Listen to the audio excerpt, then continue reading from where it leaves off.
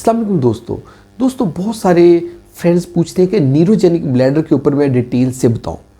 दोस्तों neurogenic bladder वो मसाना होता है जिसको ब्रेन की तरफ से सिग्नल्स नहीं मिल रहे होते, ब्रेन का कंट्रोल उस मसाने के ऊपर नहीं होता।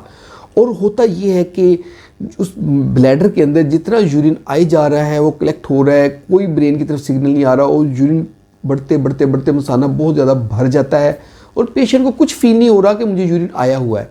और इस कंडीशन में पेशेंट को ओवरफ्लो डिलीवरी हो जाती है, यानी कि उसका इतना ज़्यादा भर जाता है कि खुद ही कतरा कतरा ऊपर से टपक रहा होता है जो एडिशनल आ रहा होता है, लेकिन पेशेंट को फील नहीं होता कि मुझे यूरिन है। इस कंडीशन को न्यूरोजेनिक ब्लैडर कहते हैं। जो इसकी ट्रीटमेंट करनी होती है वो होती है CISC।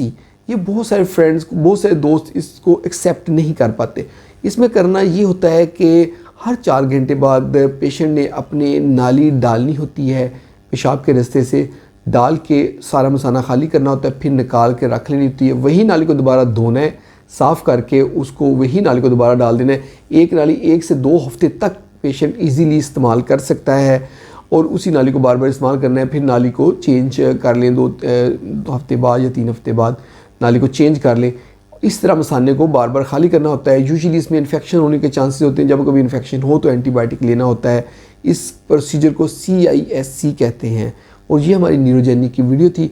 अगर मज़ीद आप इसके बारे में जानना चाहते हैं तो आप मेरी वेबसाइट विज़िट कर सकते हैं जो है www.drimranqadri.com, या मेरे यूट्यूब चैनल पे आप आ सकते हैं, वहाँ आके मेरी वीडियोस देख सकते हैं। वहाँ मैंने डिटेल से बातें समझाई हैं।